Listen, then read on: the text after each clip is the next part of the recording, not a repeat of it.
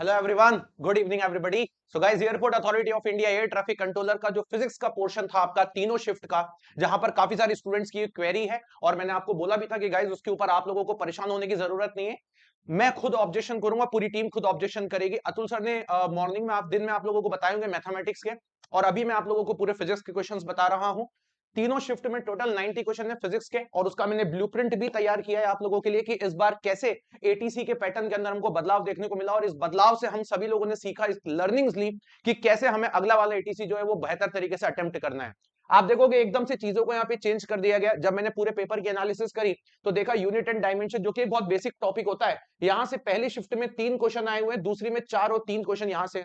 Motion in straight line से दो दो दो तीनों शिफ्ट में क्वेश्चन है। 2D 3D से 4 5 और 3 क्वेश्चन है। लॉज ऑफ मोशन से 5 4 और 3 क्वेश्चन है। वर्क पावर एनर्जी से एक एक, और यहां पर तीसरी शिफ्ट में 4 क्वेश्चन से वर्क पावर एनर्जी से रिलेटेड दिए थे। देन बात करते हैं centre of mass, rotational motion, gravitation, mechanical property of solid, fluids, thermal properties या थर्मोडायनेमिक्स से एक भी क्वेश्चन नहीं था। Then KTG kinetic theory of gases और ऑसिलेशन से दो दो दो एक दो क्वेश्चन थे हमारे। देन हम बात करते हैं तो पूरा इलेक्ट्रोस्टैट्स और मैग्नेटिज्म का सिंगल क्वेश्चन भी यहां देखने को नहीं मिला था, जो कि हमेशा से एटीसी का साल 2015 से लेकर अभी तक सबसे ज्यादा मोस्ट वेटेज वाले टॉपिक्स थे, वो सब हमको देखने को नहीं मिले। देन बात करता हूं इलेक्ट्रोमैग्नेटिक इंडक्शन, ये देखने को जरूर मिला था बट ये तीसरी शिफ्ट में देखने को नहीं मिला। ऑसिलेशंस एंड एसीएम को पहली दूसरी तीसरी में 3 3 क्वेश्चन मिले। ईएम वेव्स की बात करूं 2 2 1 क्वेश्चन मिले। एक्चुअली ये मैं आपको इसलिए बता रहा हूं ताकि आपको खुद को भी पता होना चाहिए कि कौन सी शिफ्ट का फिजिक्स जो है थोड़ा डिफरेंट था, या कौन सी शिफ्ट के फिजिक्स थोड़ा सा टफ था, कौन सी शिफ्ट में दिक्कत थी, क्योंकि ये भी आप लोगों की ही क्वेरीज है। आप देखेंगे यहां से ऑप्टिक्स से 2 3 1 क्वेश्चन है। एटम्स की मैं बात करता हूं तो 2 1 और यहां पे 3 क्वेश्चन एटम्स के पूछ लिए गए हैं। Then nuclear, semiconductor, communication, relativity, ये तीनों चीजें ही आपको यहां पर देखने को नहीं मिली है। लेकिन जब आप साल 2021 की बात करते हो, 18 की बात करते हो, तो कुछ इस प्रकार का वेटेज हमेशा से रहा है जहां पर ये वाले पोर्शन से ज्यादातर पूछा जाता है। अगर मैं इस बार की बात करूं तो आप देखोगे गाइज यहाँ पर 2000 पहली और दूसरी शिफ्ट में इन्होंने ऑलमोस्ट सेम वेटेज करने की कोशिश करी थी, लेकिन जो थर्ड शिफ्ट है उसमें कुछ टॉपिक्स बिल्कुल ही ज्यादा मार्क्स के रख दिए, कुछ टॉपिक बिल्कुल ही नहीं रखे। तो थर्ड शिफ्ट को इन्होंने पहली दूसरी शिफ्ट से अलग रखा है इन फिजिक्स के अंदर। अगर मैं फिजिक्स की बात करूंगा तो पहली दूसरी शिफ्ट तो ठीक ठाक है, एक जैसी है, बट तीसरी शिफ्ट थोड़ी सी अलग है। बट अगर क्वेश्चन का लेवल हम लोग देखने जाएंगे तो वो ऑलमोस्ट तीनों शिफ्ट में सेम है। हाँ, ये हो सकता है कि थर्ड शिफ्ट के स्टूडेंट को फिजिक्स के पोर्शन के अंदर एक थोड़ा सा हल्का सा वेटेज मिल सकता है, बट सारी चीजें नॉर्मलाइजेशन की ओवरऑल पेपर पे डिपेंड करती है, अकेले फिजिक्स के पोर्शन पे नहीं। नाउ चलते हैं अपन इसके बाद ऑब्जेक्शन वाले क्वेश्चन पे। तो सबसे पहले सेकंड शिफ्ट का ये क्वेश्चन है। एक बीम ऑफ लाइट है जहां पर एनर्जी फ्लक्स 24 वॉट पर सेंटीमीटर स्क्वायर आपको दिया है। जब ये परफेक्टली एक रिफ्लेक्टिंग सरफेस पर 15 सेंटीमीटर स्क्वायर एरिया से अगर ये अपनी रिफ्लेक्ट बैक करती है तो एवरेज फोर्स कितनी लगेगी। गाइस, जब ये रिफ्लेक्ट करती है तो जो फोर्स पर यूनिट एरिया होता है हमारा, वो बेसिकली हमारा जो उसका फॉर्मूला होता है वो होता है इंटेंसिटी, 2 टाइम्स ऑफ इंटेंसिटी, क्योंकि रिफ्लेक्ट बैक किया है, 2 times of intensity divided by speed of light. यानी कि अगर मैं फोर्स के फॉर्मूले की तरफ जाऊंगा तो वो बेसिकली बनेगा 2 इंटू इंटेंसिटी। एनर्जी फ्लक्स की जो दी उसी को इंटेंसिटी भी बोलते हैं। 2 इंटू इंटेंसिटी इंटू एरिया, जहां से हमको पावर निकलेगी 24 वॉट की, divided by speed of light. जब हम करने जाते हैं तो हमको यहां से फोर्स निकलती है। लेकिन इसको 2 बार भी कैलकुलेशन करने के बाद मैंने देखा तो ये 2.4 माइक्रो न्यूटन निकल रहा है, 0.24 माइक्रो न्यूटन नहीं निकल रहा।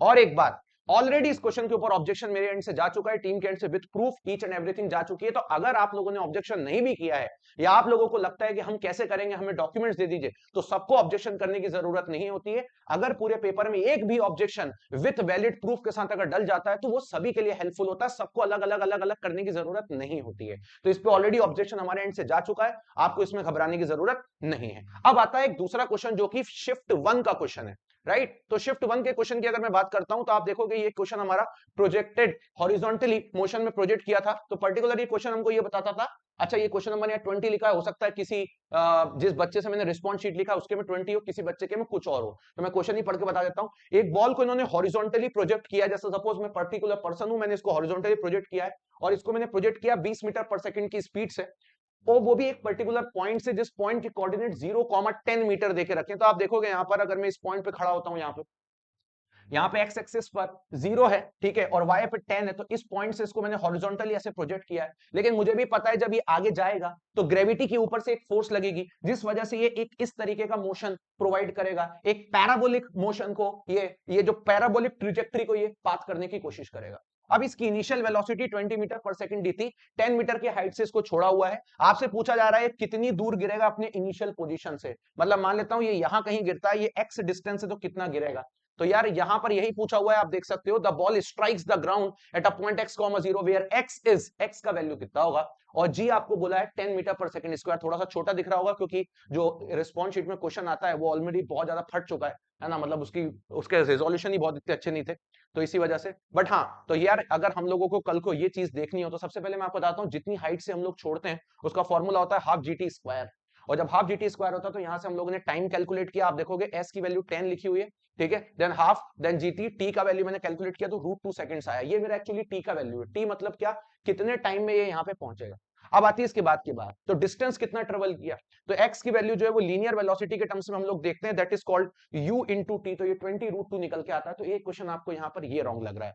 अब आती है इसके बाद की बात, बहुत सारे बच्चे ऐसे हैं जिन्होंने पता नहीं कितने क्वेश्चन ऑब्जेक्शन निकाल लिए, कुछ बच्चे तो ऐसे हैं जिन्होंने टोटल 120 के 20 पूरे ऑब्जेक्शन निकाल लिए हैं, और वो सोच रहे हैं कि वीडियोस, मतलब कुल मिला के अगर हम बात करें ऑब्जेक्शन करने से नंबर बढ़ जाएंगे, तो बेटा ऐसा नहीं है। जो वाजिब क्वेश्चन होता है उसी का आपका ऑब्जेक्शन लिया जाता है with a valid proof, right, और वैलिड प्रूफ में आप एनसीईआरटी को यूज कर सकते हैं अगर आपको भी ऑब्जेक्शन करना हो तो। मैंने भी ऑब्जेक्शन कर दिया है दोनों क्वेश्चंस के ऊपर, लेकिन अगर आप मुझसे पूछोगे सर इसके अलावा कोई और क्वेश्चन में ऑब्जेक्शन है, तो मैं बोलूंगा कुछ नहीं। थर्ड शिफ्ट में एक भी फिजिक्स के क्वेश्चन में ऑब्जेक्शन नहीं, तीसों के आंसर सही दिए हुए हैं। पहली शिफ्ट में एक है, दूसरी शिफ्ट में एक है, बट थर्ड शिफ्ट में नहीं है। अब आती है तीसरा पॉइंट, सर हमें एक वो प्रिज्म का दिखा था एंगल ऑफ डिविएशन वाला, वो गलत है क्या? सही है गाइस, आप लोग वहां पे कंफ्यूज हो रहे हो, वहां पे रिफ्रैक्टिव एंगल दिया, और रिफ्रैक्टिव एंगल जो होता है under root angle R1 plus R2, वो एंगल ऑफ प्रिज्म ही होता है एंगल ए के बराबर, ये मैंने पढ़ाया हुआ है आपको, क्लियर। तो उसका आंसर बिल्कुल सही है, 5 डिग्री ही आएगा उसका आंसर, क्योंकि रिफ्रैक्टिव इंडेक्स आपको 1.5 दिया है, तो उसमें से -1 करके मल्टीप्लाई करेंगे 10 का, तो आपको 5 डिग्री ही निकल के आएगा, तो वो बिल्कुल सही है। दूसरा, एक बच्चे ने थर्मल का क्वेश्चन भेजा था, क्लियर, कार्नोट साइकिल वाला, तो गाइज अगर आप लोग अच्छे से देखोगे तो कार्नोट साइकिल वाले की प्रोसेस बिल्कुल सही लिखी है, वो भी आंसर सही है। एक तीसरा और मेरे पास आया हुआ है, और जो मैंने भी देखा है एक बच्चे को वहां पे भी डाउट हुआ, कुछ बच्चों को परसेंटेज एरर वाले में डाउट आ रहा है। तो गाइस परसेंटेज एरर वाले में आप लोग इसलिए कंफ्यूज हो रहे हो क्योंकि परसेंटेज एरर जो होती है कभी भी सब्ट्रैक्ट नहीं होती है।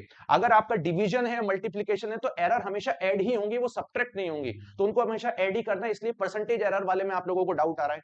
देन इसके बाद एक बच्चे को और डाउट आया था, मैं एक बार चेक कर लेता हूं कौन सा डाउट है वो, राइट।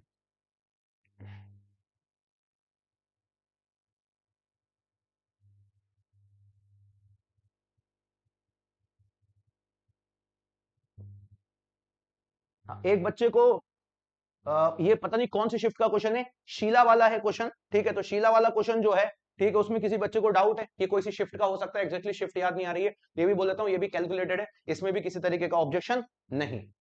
देन इसके बाद अगर हम बात करते हैं तो मोस्टली बच्चों को एरर वाले क्वेश्चन में ही डाउट आए थे, तो मैं बता देता हूं इन सब में किसी भी तरीके का कोई दिक्कत नहीं है, सारे ही अपनी जगह पर पूरी तरीके से सही हैं। और ये क्वेश्चन इसलिए ऑब्जेक्शन किया गया है, अगर मान लीजिए, हाँ एक बात और, अगर आपको लगता है कि आपको भी ऑब्जेक्शन करना है तो प्लीज इस क्वेश्चन में ये मेंशन करिएगा कि ऑप्शन 3 गलत है, ये मत लिखिएगा, ये लिखिएगा इसमें से कोई सा भी ऑप्शन मैच नहीं कर रहा है, right, there is no option correct in the four, in given 4 options, इस तरीके से ये आप बनाइएगा। लेकिन अगर आप बात करते हैं इस वाले के ऊपर, तो यहां पर आप एनसीईआरटी के प्रूफ्स यूज कर सकते हैं, सारी तरीके से चीज कर सकते हैं इस पर्टिकुलर क्वेश्चन के लिए, जो कि हमारे एंड से कर दिए गए हैं, अब आपको घबराने की जरूरत नहीं है। तो ये 2 क्वेश्चन ही थे गाइस ऐसे। नाउ अब आती है बात, बहुत सारे बच्चों के मन में ये भी, मोहित सर एक बार हमें कट ऑफ के बारे में थोड़ा सा बता दीजिए, तो कट ऑफ के लिए आपको थोड़ा सा वेट करना पड़ेगा कल तक, और ताकि हजारों बच्चों के रिस्पॉन्सेज जब आ जाए, काफी सारे बच्चों को तो ऑलरेडी आ ही चुका है, उसके बाद ही एक बेहतर प्रिडिक्शन बता पाना होता है कि किस तरीके से आपकी कट ऑफ वेरी कर सकती है, for voice test also, for final selection also. चलिए गाइस इसी तरीके से मिलते हैं, so thank you very much, bye bye, take care and love you everybody.